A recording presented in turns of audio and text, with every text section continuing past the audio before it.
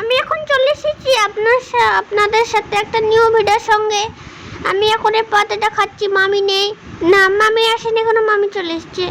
মামির দিকে আমি দেখি চারিদিকে মামি আছে কিনা। না, মামি আবার দেখলে আমাকে বকবে আর পাছা লাল করে দেবে। এটাকে আমি ধরবো এখন। আমি এখন ধরছি এটাকে। আমি কি সব কিছু খেতে যাই, কারণ সব কিছু যে এত স্বাদ সে আমিই বুঝি। দেখি মামি আসছে কিনা, জানি আমার পাছাটা তো লাল হওয়ার নিশ্চিত। দেখি, তাও খাই রিক্স নিয়ে।